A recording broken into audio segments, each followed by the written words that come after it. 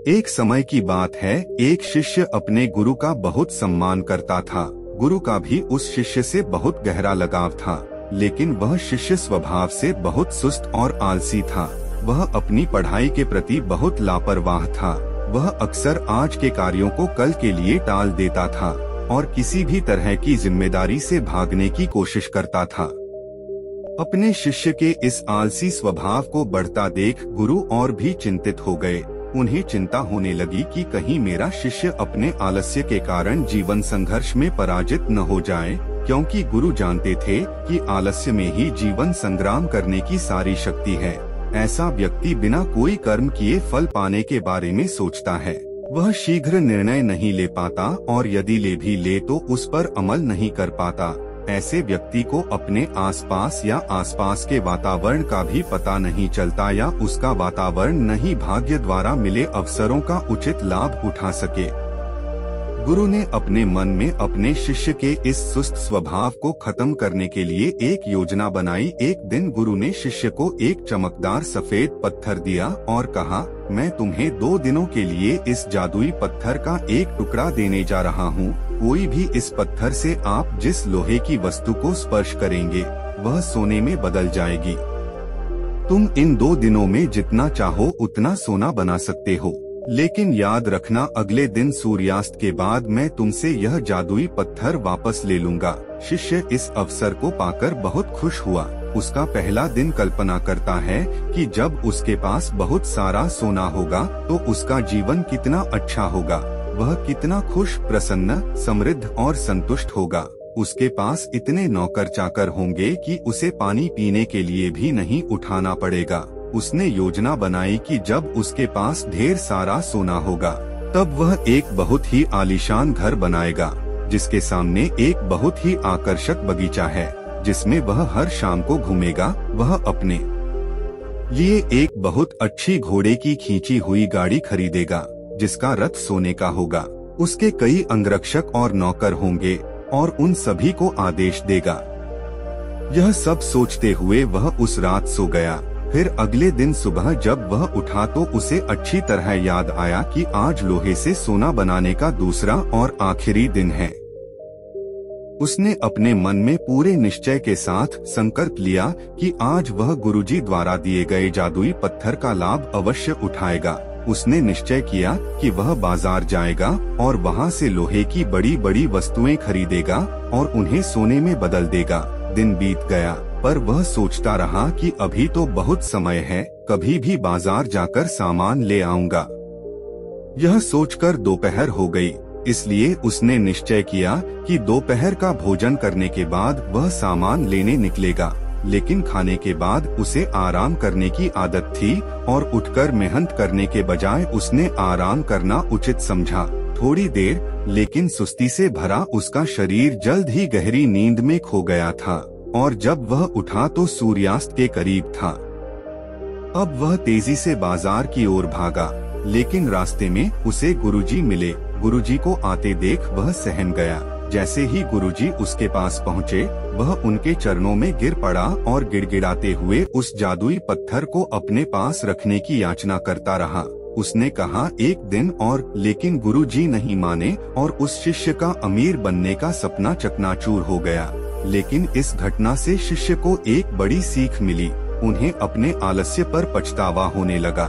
उन्होंने समझा कि आलस्य उनके जीवन के लिए एक अभिशाप है और उन्होंने प्रण किया कि अब वे अपने काम से कभी हार नहीं मानेंगे और अपने आप को एक मेहनती, सतर्क और सक्रिय व्यक्ति दिखाएंगे। दोस्तों, काम को टालना एक आदत है और ये आदत हम खुद बनाते हैं। आदत एक धागे की तरह होती है जिसका एक आवरण आसानी से टूट जाता है, लेकिन अगर एक ही धागे को कई बार लपेटा जाए तो उसे तोड़ना मुश्किल हो जाता है। हाँ, इसी तरह किसी बुरी आदत को शुरुआत में बदलना आसान होता है, लेकिन महीनों या सालों बाद उसे बदलना बहुत मुश्किल हो जाता है। फिर अगर आप अपनी आदतों को बदलना चाहते हैं तो आपको लंबे समय तक प्रयास करना होगा। समय पूरे धैर्य के साथ मनुष्य अपनी आदतों का गुलाम है। हमारी आदतें हमें बनाती और बिगाड़ती हैं। हमारी आदतें कितनी शक्तिशाली हैं? और वे हमें कैसे नियंत्रित करते हैं? दोस्तों, अगर हम अपने आसपास देखें तो लगभग हर व्यक्ति को अपने जीवन में कई बड़े मौके मिलते हैं, लेकिन उनमें से ज्यादातर लोग अपने आलस्य और मेहनत न करने की आदत के कारण उस मौके को गवा देते हैं और फिर जिंदगी भर पछताते रहते हैं। लेकिन इनमें से ज्यादातर लोग अपनी असफलता के लिए अपने आलस्य और कामचोरी को जिम्मेदार न मानकर अपने माता पिता, स्थिति, आर्थिक स्थिति, भाग्य आदि को दोष देकर अपनी आलस्य को छिपाने का प्रयास करते हैं और फिर ऐसे लोग अपने भाग्य और परिस्थितियों को कोसते हुए बिना किसी सफलता और आध्यात्मिक सुख के इस दुनिया को अलविदा कह देते हैं। आइए थोड़ा और गहराई से समझने की कोशिश करते हैं। हम अपने काम को क्यों टालते हैं? क्या हम कभी YouTube पर कोई कॉमेडी वीडियो देखने के लिए आलस करते हैं या अपना पसंदीदा खाना खाते समय? नहीं, आप आलस्य तभी करते हैं जब आप पढ़ाई कर रहे होते हैं या ऑफिस के किसी प्रोजेक्ट पर काम कर रहे होते हैं या घर का कुछ काम करना होता है। मूल रूप से हम गंभीर चीजों के बारे में आलसी होते हैं, जिसे करने के लिए हमें शारीरिक या मानसिक रूप से कड़ी मेहनत करनी पड़ती है। अब अगर आप काम को टालने से बचना चाहते हैं तो इससे आपको बहुत मदद मिलती है। काम की समय सीमा, काम पूरा करने का एक निश्चित समय या एक निश्चित तारीख। मान लीजिए कि आप एक कार्यालय कर्मचारी हैं और आपके बॉस ने आपको एक कार्य दिया है जिसे आपको कल तक पूरा करना है, तो आप पूरा दिन आलस्य में यह सोचकर व्यतीत कर सकते हैं कि अभी भी एक पूरा दिन शेष है, लेकिन तब आप रात भर जागकर उसे पूरा कर लेंगे प्रोजेक्ट, क्योंकि कल आपको वह प्रोजेक्ट देना है, क्योंकि कल के बाद आपके प्रोजेक्ट का कोई महत्व नहीं रह जाएगा।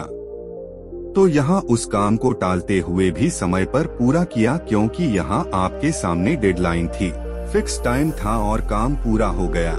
काम करने का यह तरीका आप अपने दैनिक जीवन में भी अपना सकते हैं कि अगले 1 घंटे या 1 दिन में मुझे इस काम को पूरा करना है।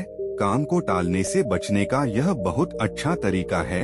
मैं खुद भी इस तरीके का इस्तेमाल अपने रोजाना के काम को करने के लिए करता हूँ।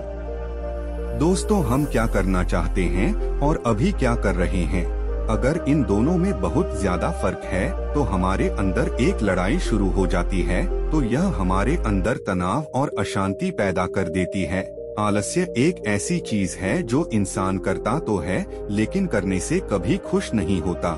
मान लीजिए आज आपको कोई काम करना था, लेकिन आपके दोस्त आए और बोले, भाई चलो घूमने चलते हैं, मौज करते हैं, और तुम निकल जाते हो उनके साथ घूमने के लिए। आप दिन भर घूमते हैं, लेकिन आपके दिमाग में हर वक्त यही चलता रहेगा कि मुझे आज वो काम करना था, वो काम छूट गया, और इसी सोच की वजह से आप उस पूरे दिन को ठीक से एंजॉय नहीं कर पाएंगे और शाम को जब आप घर वापस आएंगे तो उस काम को करने को लेकर आपको पहले से ज्यादा स्ट्रेस होगा। तो इस तरह से आपका काम भी नहीं हो पाएगा, न मौज मस्ती कर पाए और पूरा दिन भी बीत जाएगा। आलस न करते तो पहले अपना काम करते और फिर बाद में घूमने चले जाते तो जरूर तुम अधिक आनंद ले सकते हैं और तनाव मुक्त रह सकते हैं। एक बात और गौर करने वाली है कि काम को टालने से हमें ग्लानि होती है। जब काम टालने से हमें खुशी नहीं मिलती तो काम क्यों टालते हैं? इसके पीछे 5 बड़े कारण हैं। पहले तो आपको जो काम करना है और उस काम का जो फल आपको मिलेगा, अगर उस काम का फल मिलने की संभावना बहुत कम है तो आप उस काम को टालने की कोशिश करेंगे, क्योंकि आप में उस काम को करने की प्रेरणा कम हो जाती है। दूसरा, कोई ऐसा काम जो आपकी आवश्यकताओं के अनुरूप न हो या आपको वह काम करना अच्छा न लगे तो आप उस काम को टालते चले जाएंगे। तीसरा कारण, यदि यह आपके लिए आवश्यक नहीं है या करने का कोई बड़ा कारण नहीं है तो आप उस कार्य को टालते रहेंगे। चौथा, यदि हमें किसी काम को तुरंत करने का लाभ मिल जाए तो हम उस काम को करने से ज्यादा उस काम को करने के लिए उत्साहित होंगे जिसका हमें काफी समय बाद लाभ मिले, और फिर हम ऐसी चीजों से बचने की कोशिश करते हैं। पांचवा, असफलता का डर। अगर किसी काम में हमारे असफल होने की संभावना अधिक है तब भी हम उस काम को टालने की कोशिश करते हैं। अब सवाल उठता है कि काम टालने की इस आदत से कैसे बचा जाए। देखिए, अगर किसी काम को करने में ये 4 चीजें आपको मिल रही हैं, तो आप हर हाल में वह काम करेंगे। पहला, मनचाहा परिणाम। दूसरा, आपके पास उस काम में सफल होने के पूरे चांस हैं। तीसरा, जो अभी लाभ मिल रहा है, काम करने के बाद आपको अधिक लाभ मिलना शुरू हो जाएगा। और चौथा, जब काम का फल तुरंत मिल जाए या काम खत्म होते ही आपको फायदा हो जाए। अब बात करते हैं उपाय की। काम को टालने की आदत से कैसे बचें? तो इसके लिए आप पहले एक पेन और पेपर लें और खुद से पूछें और लिखें कि मैं काम क्यों टाल रहा हूँ। ऐसा करने से आपको काम टालने का कारण पता चल जाएगा और कारण पता चलते ही आपकी आधी समस्या यहीं खत्म हो जाएगी। उदाहरण के लिए, यदि आप एक कार्यालय कर्मचारी हैं और आप काम को टाल रहे हैं क्योंकि आपके पास अपने काम के लिए प्रेरणा नहीं है, तो आपको यह पसंद नहीं है, या आप सोचते हैं कि मैं इतना बड़ा काम क्यों कर रहा हूँ, मेरे बिना काम के भी कंपनी का काम चल रहा है, तो कागज पर लिखो कि नौकरी से निकाल दिया। तो यदि आप बेरोजगार हो जाते हैं तो क्या होता है?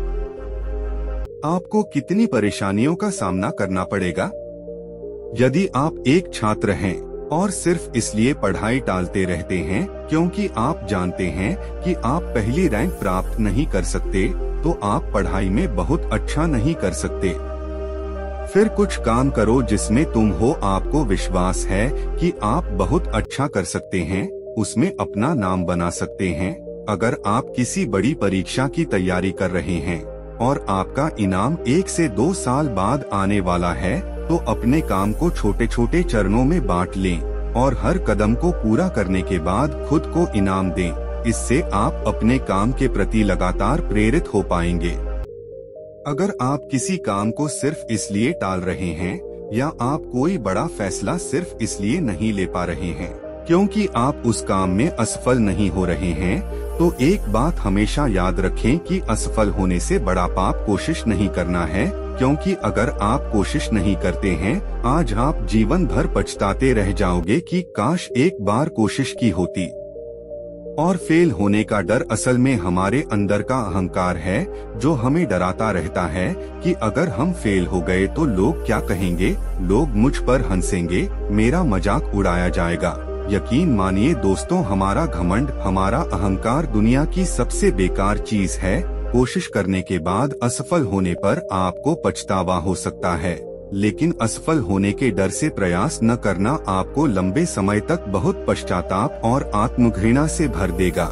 इसलिए असफल होने से डरो मत, कोशिश करो। तो दोस्तों, मैं उम्मीद करता हूँ कि यह वीडियो आपको अच्छी लगी होगी। अगर यह वीडियो आपको अच्छी लगी हो तो वीडियो को लाइक जरूर करना और चैनल को सब्सक्राइब करना ना भूलना। फिर मिलेंगे हम अगले वीडियो में। धन्यवाद।